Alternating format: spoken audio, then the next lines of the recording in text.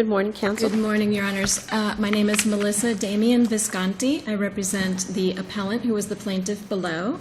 Your Honor, I'd like to reserve 3 minutes for rebuttal, please. Your Honors, I'd like to address, there's really 2 issues that we raised on appeal, but I'd like to address the issue regarding the denial of the motion for mistrial. What happened here in appellant's view really deprived the plaintiff of a fair trial here. Briefly recapping what happened, defense counsel stood up and held the plaintiff's answers to requests for admission from a non-party in his hand and used it to question an expert witness with a hypothetical. Was it shown to the jury? It was not actually shown to the jury. Was it shown to the expert? It was not actually shown to the expert, to my knowledge. The attorney held it, though, while they were doing the questioning. He was holding it, and he was reading from it verbatim. And the hypothetical was, I'd like you to assume that on this date, the plaintiff denied that the decedent, had ever been exposed to Union Carbide's asbestos product, Calidria SG210. Now, in this case, the reason that this was so prejudicial to the plaintiff was that really the heart of this case and the main issue that was raised over and over again by the defense was that, according to the defense, the decedent had never been exposed to Union Carbide's product, Calidria SG210. They attacked that in several different ways. It became the central issue of this trial. So then we have something read to the jury. Wasn't that the whole point of the defense, is that you don't know if it was ever my product, and you can't say it was my product, and there's no evidence it's my product, so you can't sue me. That was their whole, basically, there might have been different reasons for asserting that defense, but that was their defense. The center of their defense was no exposure. You were never exposed to our product. Correct. Now, there was evidence of exposure. There was evidence that the product was in this case, the decedent was using joint compounds that contained asbestos, the asbestos product that was produced and distributed by Union Carbide. Of course, that's the plaintiff's case. There was evidence that GP, who produced that joint compound that the plaintiff presented evidence that the decedent used, that GP used Calidria SG210 during the time frame when the joint compound would have been sold that would have been used by the decedent. But there was also evidence on the other side, am I correct? There was evidence. It was rebutted. It was being back and forth. Back and forth. It was. Okay. It was really the hot issue of the case. So there was evidence from which, other than that one question, a jury could have arrived at the decision in this case. There was, sure. They presented evidence. What they did, their strongest evidence, in fact, was really questioning the credibility of the son of the decedent, because it was really the son of the decedent. Obviously, the decedent couldn't testify to what he used, so the son had to come forward and say, this is the product we used. I recognize this bucket. It was GP ready-mix joint compound. I know we used it, and we used it during these dates. And really the attack was, wait, are you sure you used it during these dates? And it was a back and forth. But the attack was also that the warnings had been put on the product. It was put in the ultimate. This was a product that wasn't the end product that was being used. It was an additive to a product that was being used. Right. So the warning would have had to been on the additive. And there was plenty of testimony as to when the warnings were put on those bags, and which predated these for a very long time, and your client worked with this product for a very short period of time. So there was a lot of testimony here that the jury could have decided, well, there was a warning, it wasn't necessarily used in this product at this time. The man did, there was a lot of evidence there for the jury, other than this one thing, that to decide this product was not involved here. With respect to the warnings, Your Honor, that's actually kind of a separate issue in the case. But yes, there was definitely evidence both ways. Our evidence was that, and you're correct, Judge Wells, it was Carbide's product was a component. It was one ingredient in the final product, the joint compound used by the decedent. And of course, there was evidence back and forth of whether the Carbide's product was in the joint compound, and there was evidence back and forth regarding whether Carbide put warnings on their product that was used in the joint compound. But at the end of the day, again, it really there was strong evidence both ways, and on the warnings issue, really, the plaintiff's case is Carbide's warnings weren't strong enough because it's undisputed. Actually, it's not undisputed, but it was very strong evidence because it came out of the decedent's son's testimony. We never saw warnings. There were no warnings on these buckets. And really, the evidence from GP's representative was we didn't get serious information from Carbide about the dangers. There was a lot of back and forth, again, regarding the sufficiency of the warnings. And again, since it was Carbide on trial, it's the sufficiency of Carbide's warnings to, get conveyed to the end user here. But again, the request for admission issue goes to the exposure issue. Was he ever exposed to Carbide's product? There was much, much more than that.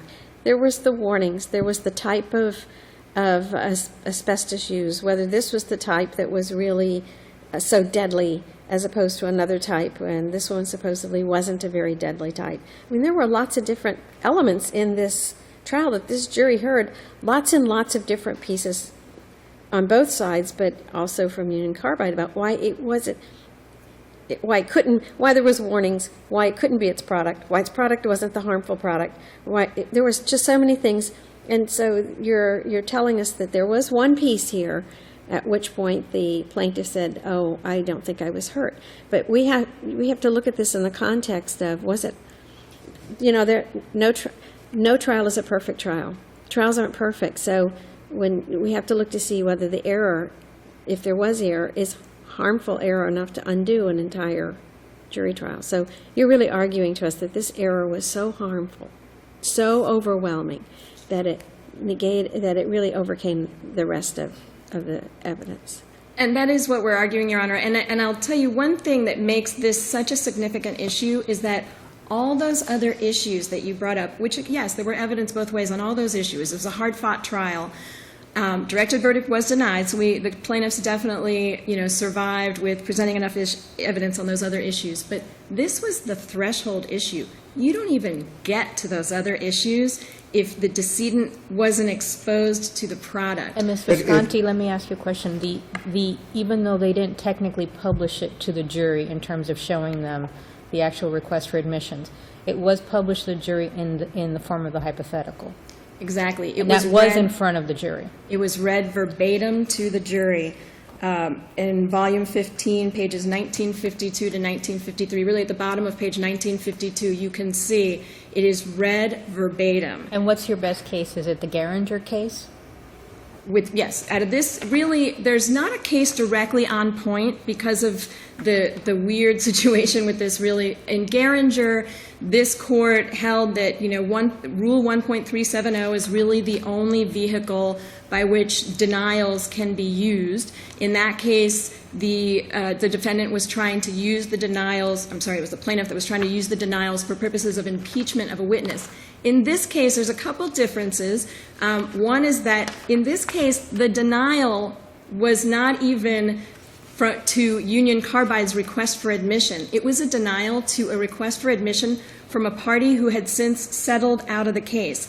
And the other unique thing about these requests for admission is these were Fabre requests. So in this particular case, the co-defendant at the time, who was no longer a defendant at trial, asked, were you ever exposed to Union Carbide's asbestos? Because that, for Kaiser, which was the defendant who served this, that was proving their Fabre defense. So now we're bringing in a non-party's request for admission. It's not like Carbide was bringing in a denial to their own request for admission. So that makes it unique. So to avoid admitting one party's allegations, you make a representation one way, but then when you go to prevent yourself from having on the other side, you make a different. Well, answer. it's a direct issue because for Fabre purposes, with Kaiser's request, if the plaintiff admits exposure to somebody else's product, we've now made the Fabre defense for that defendant. So it's routine in these cases with these Fabre defendants to deny because it's a central issue. And under 1.370, the plaintiff, of course, has the choice. He's not going to admit it. He can deny it if it goes to a central issue in the case, or he can find a reason to object. There was really no reason to object at that point. They knew the answer, but under 1.370, his option was to deny because it was a central issue on that defense. Let me ask you this. Don't you have a problem, or explain to me how we can work with the hypothet comes out, the record shows an objection immediately, and a request for an instruction that strikes the last question. And then it goes on, and the court finally says, look, I'm going to resolve it this way. I'm going to sustain the objection, and we'll discuss later on whether you can read the request for admissions to the jury. And later on, the court said, no, you can't. But it was asked for the court to say to the jury, I'm going to defer this. The court said, okay, I'll defer it. And plaintiff didn't raise any objection, say, Judge, at that time, we need an instruction. We need an instruction right now. We need to do something. It wasn't until the next day, and in fact, the next day, the comment was, it's of no use now. So, I mean, how do we get past that? Well, initially, The court gave you the opportunity, and the opportunity wasn't taken. Other sides said, Union Carbide said, Union Carbide said, oh, Judge, tell them you're going to defer on this. No one said, wait a minute, Judge. You know, we asked for an instruction. We want an instruction to the jury right now because the harm's been done. No one asked for it. Well, he immediately did. He immediately objected. He immediately asked, "You got to strike this. You got to give a curative That's right, instruction." but he didn't follow up. The court goes on, and in the record, the court says, "You know what? I'm going to sustain it. You can't use it as a hypothet. We'll talk later about whether you can read it to the jury." And he said, "And I'll tell the jury at the request of Union Carbide, I'm going to defer." And there was no immediate, "Wait a minute, Judge. We want an instruction." It wasn't until the next day, and in fact, the next day there wasn't even that request. It was, the harm's been done, so what? Right. Well, if you read the full back and forth that was going on, and obviously you have. I was. Yes, at some point the judge finally sustains the objection, but it's like just at that point, the defense attorney says, wait, that's not fair to us for you to sustain this objection at this point. And he says, okay, I'll defer, and I'll tell the jury that I've deferred. So at that point, I mean, the plaintiff's attorney has now, vociferously, stated his objection. He's asked for the curative instruction, which was denied. He's asked to strike, which was denied. The court didn't actually say it denied to the request to strike. I mean, if you read through, he just sort of ignores the request. Okay. But, now we're at this, after pages of back and forth on this, now we're at this point, I've sustained it, wait a minute, no, I'm going to defer. And at that point, there's no sustained to that objection. It's been deferred to the use of these admissions. I understand what you're saying. Right? I understand what you're saying. So this is an issue of whether he's preserved. I mean, all of the cases say you need to object, you need to move to strike, and you need to ask for a curative instruction. He did that. It wasn't until the court sustained the issue that he said, wait, now we need a mistrial because it's out here. And then, of course, a day later, comes back up again when the court finally denies the mistrial. Well, he didn't ask for the mistrial the same day. It was the next day the mistrial was asked for. Because really the issue wasn't completely resolved. Now he's thought about it. It's out there to the jury. He resolved the issue as far as a hypothet. He sustained it that day. Let me backtrack. What's our standard of review on this? It's an abuse of discretion. So explain to me how the trial judge abused his or her discretion in not granting a mistrial, not granting a new trial, based on this one question, when in fact, as I said at the very beginning, isn't there other evidence from which a jury can hang its hat? And our answer to that is because it was so severely prejudicial. It went to the heart, the central issue in this case. And the judge knew that. He's been watching this back and forth and of this central issue going on, and then this hypothetical comes out, and now the jury has heard the worst thing that they could possibly hear from the plaintiff's But perspective. didn't every single piece of testimony with regard to all of the issues go to the heart of the issue? How can you say the heart of the issue is whether this man was exposed and it gave him mesothelioma, correct? Well, is it because they failed to warn? Is it because this product was deadly? Is it because this product... It wasn't just because of this answer to the interrogatory. The entire focus of this entire case and the entire body of the testimony was that issue. You're just saying, oh, because there was an error in this tiny little piece, that nullified everything else that happened. I mean, the focus of this trial wasn't this man's answers to interrogatories. The focus of this trial was whether he got this disease because of this product. Right, and maybe I didn't state that properly. It's this issue became the like number one point for attack by the defense. Yes, there were, of course, Your Honor, there were lots of other issues in the case, and yes, there was Did they evidence both pound ways on on this it. in the closing argument? Did they? Did they make it a feature of the closing? The feature of the closing argument was the exposure issue. He was never exposed to our product, and you Or can- the answers to the interrogatories? No, that the answer to the request for admission was not brought up in the Right. closing. And it was not read later on in the trial, because the judge said, no, you're once not going to be able right, to do that. did not come. That admission was read once, and, Right. and it's our view that that one time was severe enough. Let me ask you, before you sit down, just quickly to touch on the instruction issue that you've raised. Sure, and of course, as we've raised, and you were on the Aubin panel, I know you know, we were foreclosed really in this court at this point from raising the second restatement versus the third restatement issue. However, we'd really like to preserve that issue. The Aubin case, we just submitted, jurisdiction was accepted in the Florida Supreme Court. We just submitted our initial brief last week on that issue. In our view, respectfully, as you know, we disagree with the third district's ability to sort of Or you want it in the overrule- pipeline, just in case. Sorry, you wanted it in the Keep it in the pipeline. pipeline. Just Keep it in the Right, pipeline. we would like to preserve the issue, and Right. It wouldn't be the first time someone has disagreed with one of our opinions, and it may not be the first time the Supreme Court disagrees with one of our opinions. well, So, we're very respectfully disagreeing. we understand. Thank you, counsel. Thank you, counsel. Used up your time, but we'll give you a minute on rebuttal. Thank you very Ms. much. Gunn. Thank you.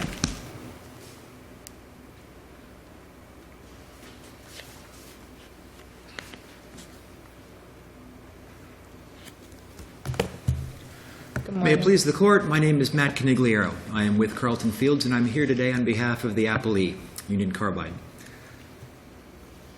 The appellant has raised 2 points on appeal, and I'd like to use my time with the court this morning to address both of them. First, regarding their motion for mistrial. A trial judge cannot grant a mistrial unless the judge finds there is an absolute legal necessity to do so, and that there's been an error that has vitiated the fairness of the entire trial. And on review, where that motion has been denied, this court could reverse only if this court concludes that no reasonable judge could have denied the motion for mistrial. And under those standards, the trial court's decision here not to grant the mistrial should be affirmed. What's at issue here is 5 lines of text on a question asked of an expert that was never completed. We never actually got to the question. It was unelaborated. It was unexplained. It was never told, well, the jury never heard from... Wait. How do you mean you never got to the question? I mean, the way I read it in the transcript was he got the entire question out. He says, I give you a hypothet. Assume on such and such a date, the plaintiff in this case responded to a request for admissions, and the request was, and the answer was denied. So that's the entire request for admissions, isn't it? So it did come out. Your Honor, at that point, there was an objection. And I don't mean to say that the request for admission and response were not read. Okay, they were. but- I just wanted to make sure I hadn't misread it. And I Okay. apologize if I misspoke, Your Honor. This was a colloquy with an expert. Right, I understand that. And- I understand that. and what was attempted by counsel at the time was Well, to have a discussion I mean, about... it was clearly improper. The question is whether it's harmful enough to cause a new trial. to have warranted a mistrial? Because clearly it's improper. There was really no basis and no reason to ask that question. Your Honor, we are not challenging the trial court's decision to sustain the objection. And we agree the issue before this court is whether there was such harm that a mistrial should have been ordered. And there was never an explanation to the jury what a request for admission is, what the word denied that was read meant. There was never anything further said that would put into context what was about to be discussed in that discussion. There was an objection. There was a sidebar. At the sidebar, the trial court sustained the objection. And I heard discussion earlier about, well, the objection was not actually sustained until the next day. But at page 1957 of the transcript, the objection to the question that was asked of the expert was sustained by the trial judge. And at that point, there was nothing further requested by opposing counsel. There was not a request for an instruction. There was not a request for a mistrial. There was no argument that a mistrial should be considered and reserved on. It just wasn't made at all. The parties went back. The trial court told Union Carbide to move on. When the folks all went back and we were in front of the jury again, the trial court instructed that Union Carbide should move on in front of the jury, and Union Carbide did move on. And this was 5 lines of text in a 3-week trial. Well, it's 5 lines of text, but it's pretty damaging text, isn't it? Admit that Luis Torres was exposed to and inhaled asbestos fibers from asbestos and or asbestos-containing products manufactured, distributed, or supplied by Union Carbide Corporation, and that the response was denied. That's pretty damning, isn't it? To this jury, having no context to place that answer and not knowing if there was more, not knowing if there was an explanation for what was said, that colloquy with the expert never happened. And this topic never came up again. It was never mentioned earlier in the trial. It wasn't discussed any further at that moment. And it never came up again in the trial. Yes, the entire case was about issues such as exposure and the timing of the alleged exposure. And wasn't your defense, though, that he was never exposed to the product? It was one of our defenses, absolutely, Your Honor. The case, though, didn't turn on or involve admissions by any party. I understand that, but it was your defense, one of your defenses. But yes, Your Honor, and it was a defense based on facts that were elicited over the course of a 3-week trial. The principal witness for the plaintiff was David Torres, as counsel mentioned. And what David Torres testified was that his father, the decedent, had worked with him occasionally on weekends over a 4 or so year period while David worked in construction. And David Torres recalled that that period ended in 1980 because he believed that's when David had opened his business. And we showed at trial that the business was actually opened in 1984, moving that time window from 1976 to 80 up to 1980 to 1984. And that was extremely significant in the case because in 1977, Georgia Pacific stopped making joint compound with asbestos in it. And in 1978, under the federal regulations, it became unlawful to sell joint compound. And that was all with testimony asbestos. that was brought out at trial, either through experts or company representatives. Am I correct? Yes, Your Honor, and through the fact witnesses. And there was additional testimony from David Torres that he remembered the timing of when he worked in construction because it came after he graduated from the Hialeah GED program. And we showed at trial that the family didn't move to Hialeah for him to go to that the 2 years he spent in that program until December of 1977. 1977, 2 years later, late 1979, he began working in construction and then started this 4 or so year period with his father. That was the kind of thing this case turned on. It turned on evidence that chrysotile asbestos, pure, uncontaminated chrysotile asbestos, doesn't cause the type of mesothelioma or the type of disease that was at issue in this case. We had 3 weeks of trial on these issues at their facts, with experts and fact witnesses presenting extensive testimony. This incident involving the request, it did happen. It happened about 2 weeks into the trial, and it was never mentioned again. It was not part of closing arguments. It was not part of anything else that ever happened in the case. And so, under the standards for a mistrial, they just haven't been met here. And with a quick note on preservation, we fully believe that this was not preserved. Under Companioni, a motion for mistrial must be made contemporaneous the Well, time of the clearly, conduct. here, Font's counsel contemporaneously objected, so I don't think that that's a argument that has merit. So Well, perhaps you can address the second I issue. may disagree with Judge Lagoa, but go ahead and finish your argument. With respect, under Companioni, the motion for mistrial, not just an objection to the conduct, but a motion for mistrial must be contemporaneous. And that wasn't what happened here. That motion for mistrial was made over a day later. Well, how can they make a motion for mistrial when the trial court judge reserved ruling? The trial court judge sustained the objection to the discussion with the expert at that time. It was sustained. And at that point, counsel could have moved for a mistrial. And under the case law discussed in Companioni, the counsel could have moved for a mistrial and asked the court to reserve. And the But trial judge didn't cut counsel off and say, counsel could have said, Judge, I need to preserve my record. I'm going to make a motion for mistrial and rule on it later. That is Just correct, Your didn't say Honor. anything. That is correct, Your Honor. Nothing was said. What the trial court said to us at sidebar was move on, and what the court said in front of the jury was move on. And so we moved on, and this never came up again. The jury resolved this case on the evidence and on the issues. And you not need to on- move to the second issue because your time's almost up. I appreciate that. It's been acknowledged that the Supreme Court has accepted review in the Aubin case, and we've certainly urged this court to affirm the judgment below, but we ask this court to do so without relying on Aubin. It will probably take about a couple of years for Aubin to make its way out of Tallahassee, and this judgment should be final because it did not turn on whether the instructions for a design defect claim included a consumer expectations test or not. Even if the Florida Supreme Court were to determine that under some circumstances consumer expectations could be an independent basis to find a design defect, and that's the only claim this goes to is design defect, it wouldn't be a ground for reversal in this case.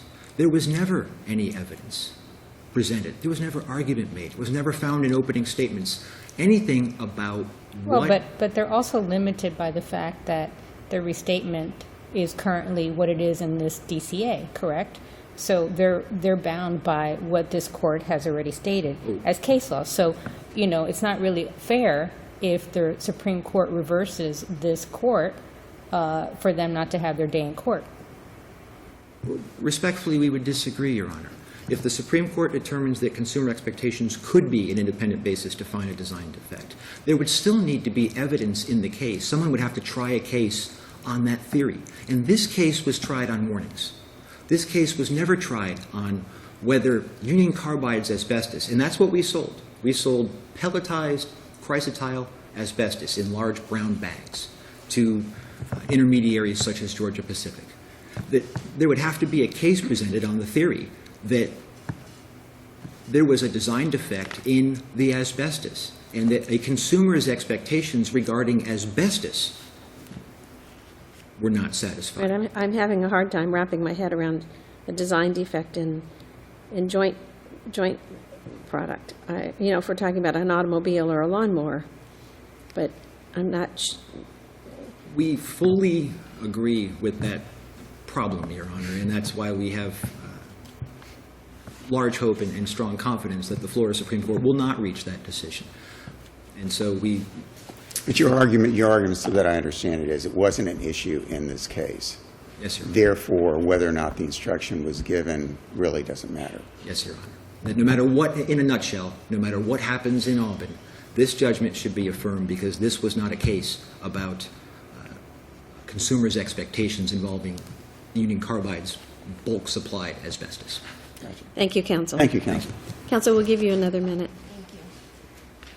I'm just curious. Tell me about design defect. Sure. What would be the design defect of the joint compound? So the design defect in this case, the issue is actually just the design defect of Carbide's product, which is the asbestos, the Calidria SG210, not the joint compound itself, because GP wasn't on trial. It's here, the right? substance that comes out of the ground. So That would, if it ended there, then there would be no But design. it's even modified and worked it's on. It's been processed and modified, and then it was modified to a very specific design. So it's not just asbestos, it's SG210, one of their many asbestos products. That was specifically designed and processed for a specific purpose, which was to be used in products like joint compound, popcorn sealing spray. It had the way they processed it made it easily absorbed water. It made it easier to apply for those purposes. So our position is that if you had left it in the ground, or if you had processed it to be used for a purpose that wouldn't release dust,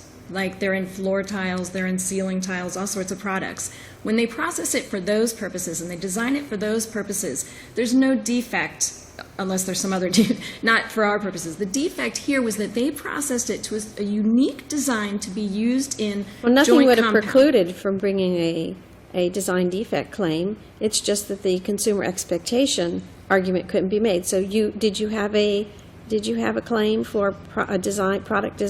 I don't recall Absolutely. seeing that. Absolutely. Our case was about the defective design of Calidria SG210 causing Mr. Torres's disease. That was our case. We also had a failure to warn. I mean, it was separate causes of action that we had. We had strict liability, we had negligence, and in the strict liability, it was that the defective design of their product caused his disease, and we presented, it's in our brief, lots of evidence But you were about. precluded from continuing that argument because of the current case law. Consumer And we weren't, expectations. to be intellectually honest, we weren't completely cut off from continuing that argument because the court did instruct the jury on the risk utility instruction, but it's our position that the consumer expectations instruction is the appropriate instruction for strict liability. That's the instruction that we needed. That's the one that we would have survived because we proved that no reasonable consumer would have expected. But let me ask you this. I understand your argument, but if in fact the main issue at trial, and it seems what it turned on, was that he was not exposed to it. If the issue was, and the determination was he was not exposed to it, the design defect doesn't matter, does it? If we had gotten over the exposure issue, and we don't know, but if we had gotten But that over was the issue at trial. That The issue at was- trial was the exposure. Was he exposed to this product? And the jury said no. So if he was not exposed to the product, what does it matter that the product had the worst design defects in the entire world? Well, the jury didn't actually say no, he wasn't exposed. The jury said no to strict liability. We don't know where they stopped. We're saying we were so prejudiced by that reading of that denial of the request for admission, we don't know if they ever made it past that initial hurdle of was he exposed. gotcha. If they made it past it, Understand. then we had a huge problem of not getting consumer expectations. So, Your Honors, we would respectfully request that the judgment be reversed for a new trial based on the improper use of the denial of the request for admission and the denial of the mistrial. And we would also respectfully request that either way, that any decision with respect to the consumer expectations instruction, please have a citation to all. Mr. Sconti, may I ask you a question? The second issue, we're in conflict with the fourth and the fifth. Did the Supreme Court take jurisdiction of that conflict or just the case from the third? It took jurisdiction on the case from the third. It did not point out whether it was on that specific conflict. That was one of our three bases for On three conflict. bases. Okay, thank you. Thank you, counsel. Thank you. Thank you.